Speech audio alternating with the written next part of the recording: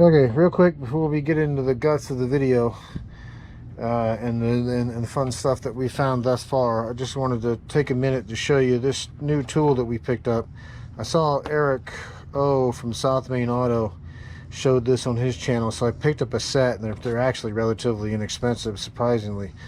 But it's the Astro magnetic spark plug socket set. I'll put a link in the description from where I found it on Amazon. But what you get inside the kit are 4 of these swivel mounted magnetic spark plug sockets, and these things are awesome compared to the other one I was using that had the rubber boot on the inside.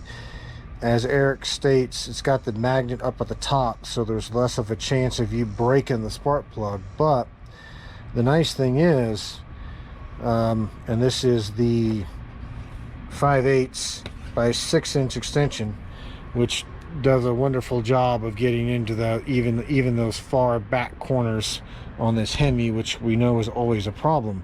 But the nice thing is that magnet up at the top. So to show you this here, it's going to want to grab a hold of it, but there you go. You see, you can use this to put the spark plugs in. You could use this to take them out. That magnet does a very, very nice job of securely holding on to these. And like I said, it's much better to deal with than that other spark plug one. Albeit it was nice, it got the job done, but it had that rubber boot in there that would occasionally, you know, grab hold of the spark plug and not let go, and you go to pull your extension out and your spark plug socket is stuck down inside your spark plug well.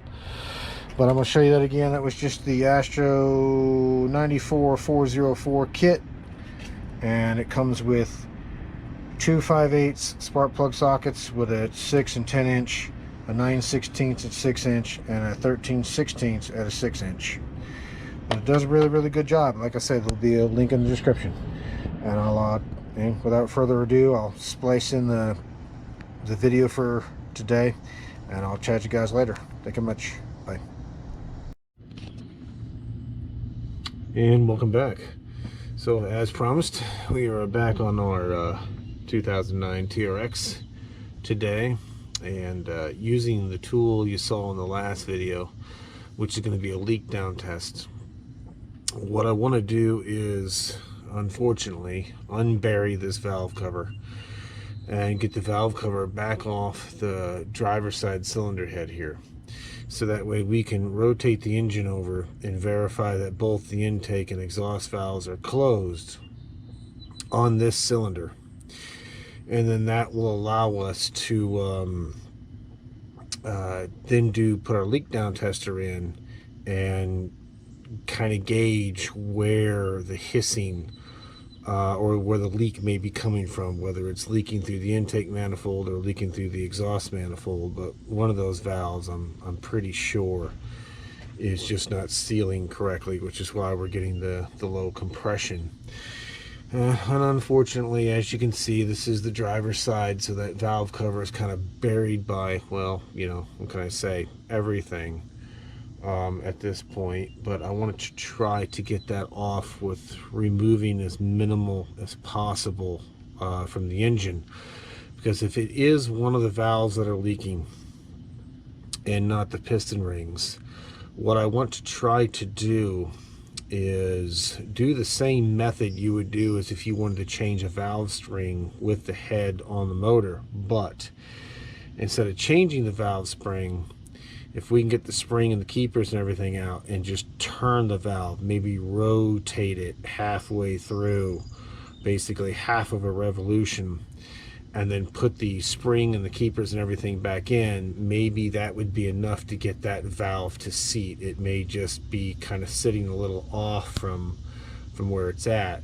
If it seals it up and works fine at that point, great. If it does not, then it means we're going to have to pull the driver's side cylinder head then and re-inspect that valve seat. Now, it wasn't an issue originally when we tore the engine down before we did the rebuild, so it could just be something with those new valves that we put in. And on the number 7 one, if you remember from the previous video, what was happening was it's okay at idle. We've got good compression on it per our compression test. I'm trying to keep the camera pointed down because you can see if it gets up a little too high, it sees the sun come in from the passenger side and starts to swamp it out. But if you remember, the number 7 cylinder is okay, except for when you go to throttle up, then it starts to misfire, which means it could also have a sticky valve on that end of it, or it could just have a lack of fuel, a problem with spark, so on and so forth. But we know the number 1, we've got a compression problem. So I want to get a leak down tester in there and test that first, because if we can't fix that while it's on the motor, then obviously we're going to have to go a little bit more in depth again and kind of, you know, tear apart, unfortunately, the upper end of this motor again. And in order to get that head off, the intake will have to come off. I may pull that brake booster again, just to get it up and out of here, to free some room to get that valve cover off, because it's again going to be a pain in the rear. Got to loosen up our oil dipstick too to give us some extra clearance to get that valve cover out of there. But you know, what can I say? I'm already starting to sweat buckets. It's going to be a 90-something degree day today, so I'm going to go ahead and get started on this. More than likely, it's not going to be like a, you know, a turn by turn of the wrench, so to speak. It's still getting over having the you know what crud from the previous video, so I'm gonna go for as long as I can today until I just get exhausted. But I'm gonna start tearing this engine, not engine apart, but I'm gonna work on getting this valve cover out of here, and then I'll bring you back. Thank you much. Bye. And welcome back. As you can see, we got our valve cover off that we were talking about doing earlier. Yes, we went ahead and removed the brake booster yet again, just to make the space necessary to get that valve cover off. I know it can be done leaving the brake booster in place, but how, I'd like to see it, because you smack right into it trying to get the clearance needed to get that valve cover off. But besides the rambling, what we've done, we've rotated the engine over and verified that our intake valve opened and closed. Our exhaust valve is closed at this point, so we're coming up on compression at this point. So in theory, both our valves should be shut, and we can now do a leak down test and feed some pressure in the cylinder. So I'm gonna have to be quick when I start this, because my little air compressor can keep up with this for a little while, but it won't be too long before it kicks back on and starts making a bunch of noise. But you can see that we've got our line attached to the cylinder, in which we've got our spark plug removed. The other one, we just leave it plugged up, which is just standard spark plug. And what I'm going to do is start to slowly feed air into this cylinder up to about 80 or so psi, and then we're going to start listening for a leak.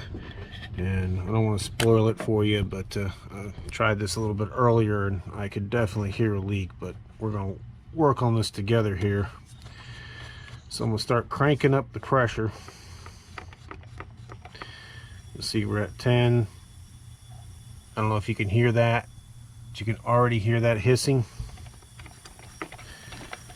So we're going to go up to about 70 psi.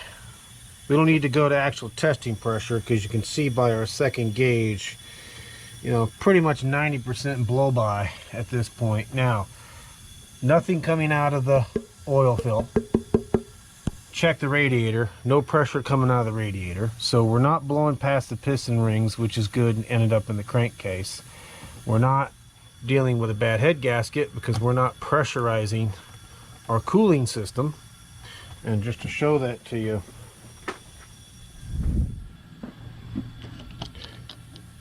see, I can take this off and there's no sound, no hissing, no air pressure, nothing. But you can hear that hiss taking place. So if we come over here, we can feel it. Got some nice blow by coming out of that throttle body. And when I open it up, hopefully you can hear that. So we are leaking out of our intake valve. Now, just for good measure, we're going to come over here to our exhaust. We hear nothing, We feel nothing. So our exhaust side on that cylinder is good. It's the intake valve that's not seating like it's supposed to. So once again, just so you can hear that, well, it actually feels pretty good. It's pretty hot out here. It's about 90 something degrees. And hopefully you can hear that. Close it up, open it up. And of course our air compressor just kicked back on. So what I'm going to do is I'm going to turn this pressure back down so the air compressor can catch back up.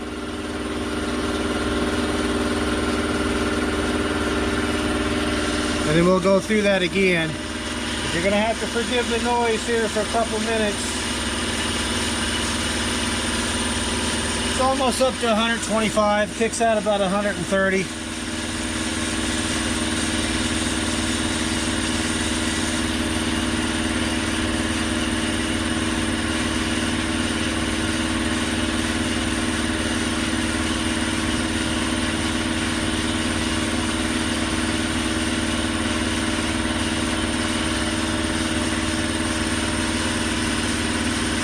Almost there.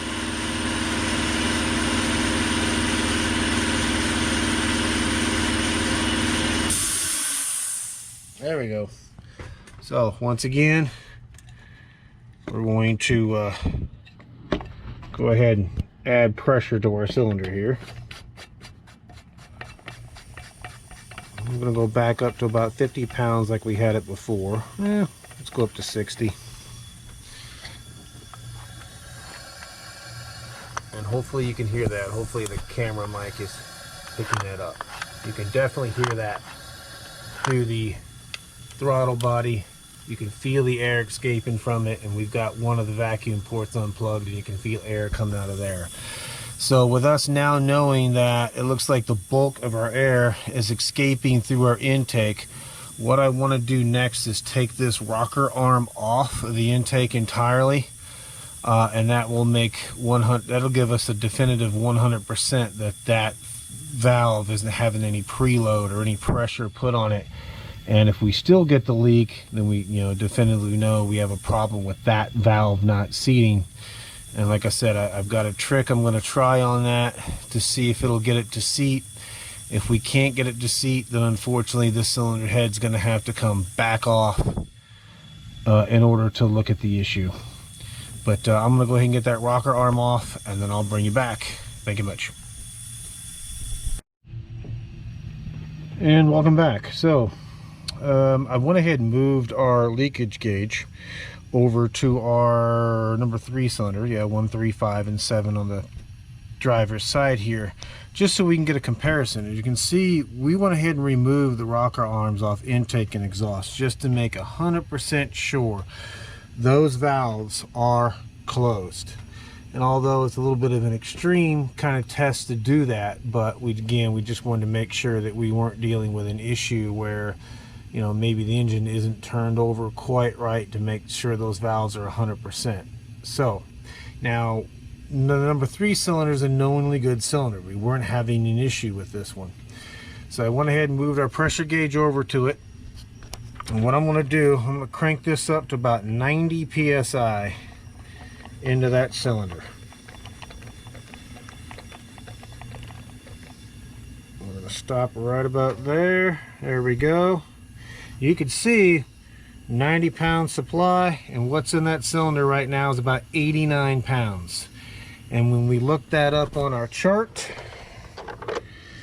90 psi at about 88, 89, anywhere between, looks to be maybe 1 and 2% a blow by, which I'm sorry, that's really red just because of the canopy. So there you go, makes it a little hard to see. That's what we should be seeing. You're gonna have a little bit of blow by on your piston rings, which is completely normal, but that's what I would expect to see out of the number 1 cylinder. Again, we're feeding at 90 and we're holding in right about 88, 89 psi. Very little blow by, which is perfect. So what I'm going to do is I'm going to crank this down, I'll move this back to the number 1 cylinder, and I'm going to bring you back. Hold on a minute. And welcome back. So we got you back in the number one cylinder. We're feeding about 50 psi into that, and you can already hear that's a significantly louder hiss. So again, our valve rocker arms are off, so our intake and exhaust should be completely closed. I'm going to do the same thing. I'm going to crank it up to about 90 psi into that cylinder.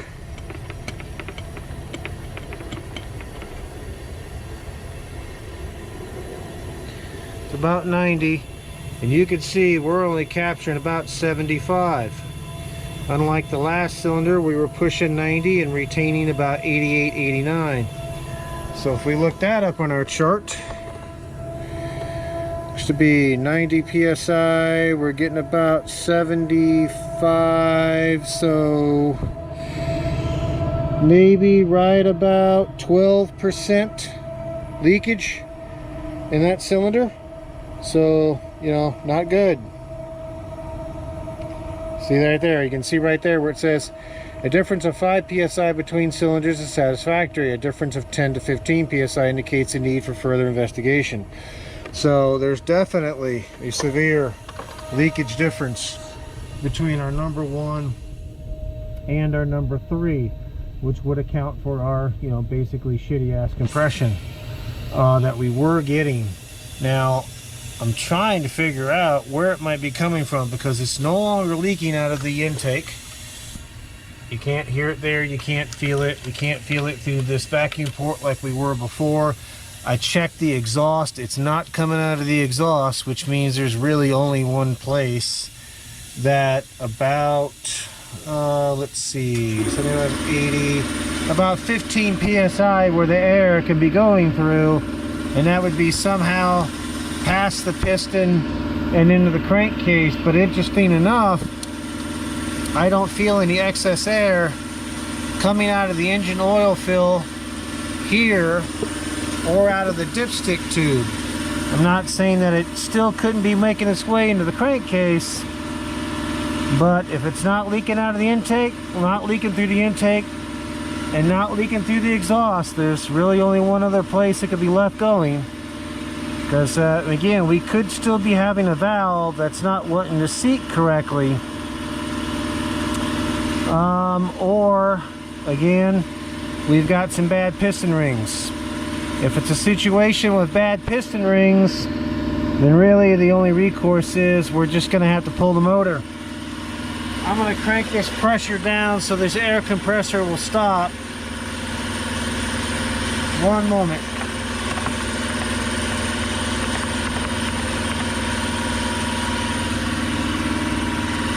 It'll catch up here in about the next couple minutes, and then we can resume talking at a normal pace.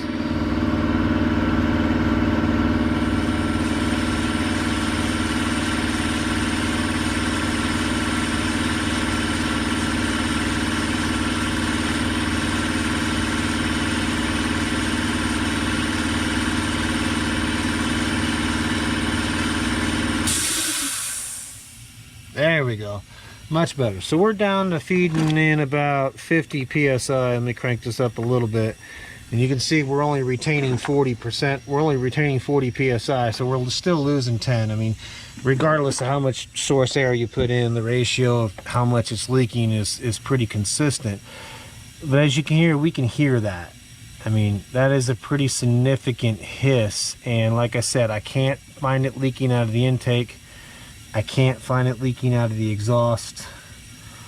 So I really hate to say it, but I think we've got a either a bad piston, or B, which I believe it is, just a bad set of piston rings on that number one. And if that is indeed the case, then we'll just have to work on getting the stuff stripped back off of this motor and pull this motor in lieu of putting the motor in it out of the 2012, the red 1500 that you saw in the previous video. So if it comes to that, we'll pull the motor out of the 2012. Sorry for the loud noises. We'll pull the motor out of the 2012. We'll take the cam and lifters and all the good parts we put into this one and throw it into that one, and basically do an upper engine rebuild, and depending on the cost of parts, I may order actually in a new cam and a new set of lifters and just do everything new. I'm not quite sure which direction I want to go yet, but I'm going to continue to search here for a little bit and see if I can find it. I would really love for it to still be some kind of a stuck valve and not a set of piston rings, but I don't think that's going to be the case. But with any case, there you go. That's where it stands right now. We definitely have a significant leak down in number 1. I'm going to do the same test on the number 7, because if you remember, it had an issue at high RPM, so I'm curious if it may also be suffering the same fate. So let me get this switched over and I'll show you that one real quick, and then we'll go from there. Thank you much. Bye. And welcome back. So you can see that we've got our tester on our number 7 cylinder. If you remember, we're also having problems at number 7 at high RPMs. It would develop a miss. So we've got 50 psi in there currently. We're going to crank it up to 90 like we did with our other cylinders, just so that we're getting a fair test out of this, or I should say comparing apples to apples. And you can see that we're retaining maybe 82, 83, maybe 85 psi, somewhere around in there. Yeah, probably about 85, 83 to 85. Which means if we come back over to our chart at 90 psi and we're doing about 84, 85 ish, about 6 to 7 percent leakage, which is within a 5 psi tolerance of the number 1 cylinder. So albeit it looks like that one maybe has a little bit more wear on the piston rings, it's within spec of one of its knowingly good counterparts, in this case the number 3 cylinder. So what I'm going to do is just turn this down.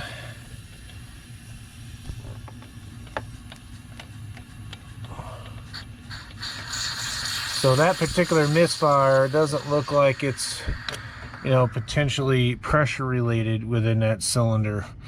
It could be related to, and we haven't tested it, but it could be related to a faulty fuel injector, a PCM, anything at this point. But more importantly, as we discovered on the previous clip, we definitely have an issue with that number 1 cylinder. And testing a knowingly good with another known suspect and seeing numbers that we would want to see, then we know having our rocker shafts off is a valid test. Now, just to reiterate, with not being able to hear the leak through the intake or a leak through the exhaust, that means we can go with the assumption, or not hearing the leak through either the oil fill or the oil dipstick tube. Kind of makes this one a bit hard, because if it's not leaking through the intake and not leaking through the exhaust, there's only one other place that air could be going, is through the piston rings, unless this cylinder head has a leak elsewhere. So I'm going to play with this a bit more and just try to definitively determine that, you know, is it 100% the piston rings or not. In any case, unfortunately, I think we're just going to have to strip it down, pull the motor, and put a known good one in, because again, with this being a destroyed motor when we got it, as far as the cam, we can continue to hunt these issues down and continue to run into more and more and more and more as the time goes on, because again, we just don't know. We don't know the overall condition of the motor, how well it was taken care of, whether it was abused. It's an older truck, not saying anybody did this, but it is an older truck that isn't factory locked, so you can put any kind of tuner that you want on this and custom tweak the parameters, and we don't even know if that's been done. So with that being said, like I said, I'm going to chase this down a little bit further. I'm going to call this a video at this point. This is kind of going on a little bit long enough. When we start to strip this down to pull it, I'm not going to film it. I've got plenty of other videos and plenty of other playlists that show tearing this down. But when we do get the cherry picker in here to pull the motor out, I'll definitely film that piece of it, because that will be new. But as far as the tear down, again, there's videos on the channel that cover all that. But that being said, I'll let you go, and I'll talk to you later. Bye. And welcome back. So just out of curiosity, you can see that we're draining the oil out, and I did notice one thing. Now, I can't feel air coming out of here. I don't think the camera's going to pick this up, but I can hear air rushing into that cylinder. And when I do this, I don't know if you probably can't hear it because it's really faint, but I can change the tone of the way that air sounds going into that #1 cylinder when I just cover up the oil pan with my thumb, or the oil drain plug with my thumb.